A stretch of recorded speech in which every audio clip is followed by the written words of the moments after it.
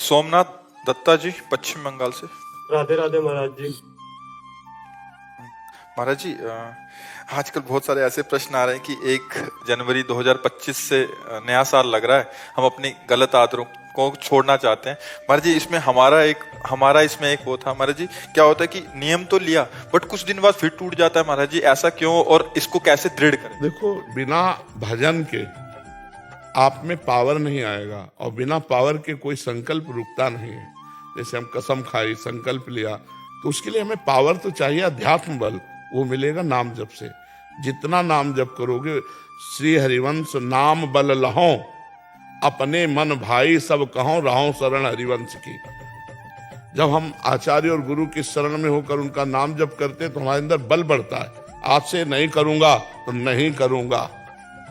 अब बल नहीं, हमने कसम खाया और मन ललचा रहा है तो 2 दिन 4 दिन 10 दिन लड़ेंगे, इसके बाद फिर गिर जाएंगे। तो हमें लगता है अगला पैर यदि हम ठीक से जमा लें तो पिछला अपने आप उठ जाएगा, उसके लिए प्रयास नहीं करना पड़ेगा। तो हमें कसम खाने की जरूरत नहीं है, हमें नियम में आने की जरूरत है। हम इतने माला गुरु मंत्र जपेंगे, नाम जप करेंगे तो हमारे अंदर बल आएगा। उसी बल से, बिना भजन के बच्चा काम नहीं बनने वाला। पक्का मान लो, खूब अनुभव की बात कह रहा हूं। जब भजन होगा तभी वो छूटेगा, नहीं तो नहीं छूटेगा। महाराज जी, मुझमें बहुत सारी कमियां थी। 1 साल पहले मैंने आपका सत्संग सुना और 1 साल पहले मैं वृंदावन आके आपका दर्शन किया, तो आपको देखने से और सुनने से लाइफ में बहुत सारी बदलाव आई। तो बस आज इसीलिए महाराज जी आए, साक्षात्कार आपका दर्शन करने से लाइफ में कितना बदलाव आएगा। भगवान की कृपा होती बच्चा, ये तो 5 भौतिक शरीर है, भगवान की शरण में है, बस बात उनकी है। आप कृपा करते हैं और जन की बड़ाई करवाते हैं उनका खेल। हाँ बच्चा, जब ऐसा भाव अगर किया जाए तो जब हम पाषाण में भगवान देख लेते हैं, काष्ठ में भगवान देख लेते हैं, तो हम मनुष्य रूप में भगवान को क्यों नहीं देख सकते। और फिर भगवान स्वयं आदेश करते हैं, सातो सम महिमय जग देखा और मोते अधिक संत कर लेखा। मोते अधिक संत कर, मोरे मन प्रभु अस विश्वासा, राम ते अधिक राम कर दासा। महापुरुषों ने कहा, हम अपने भाव लगा लें। एक संत एक गांव में गए तो भक्त की परीक्षा कि कौन भक्त है इस गांव में। तो सब लोग आए, महाराज भिक्षा पालो। तो उन्होंने कहा, जो 100 यज्ञ करता है उसके हम 100 यज्ञ, बहुत बड़ी बात होती है। वो तो 100 यज्ञ करने वाला देवराज इंद्र की पदवी को प्राप्त होता है।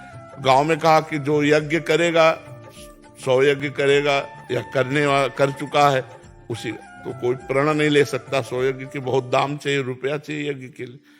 अब गांव से पहले ये था कि कोई भूखा ना जाए, अतिथि भूखा ना जाए, संत भूखा ना जाए, बड़ी मर्यादाएं थी पहले, बहुत मर्यादा थी।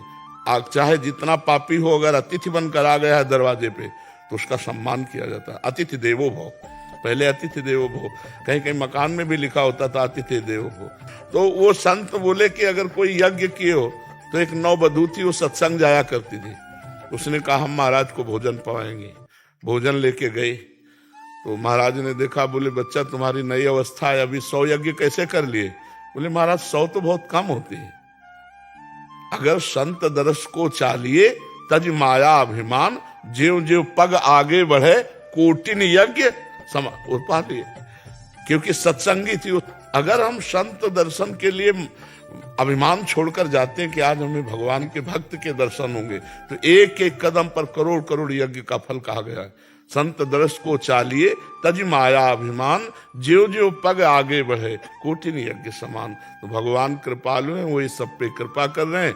निमित्त अपने भक्त को बना देते हैं, जिससे उसका यश होता है। भगवान छुपे छुपे सब वो ही कर रहे हैं, उन्हीं का प्रताप है।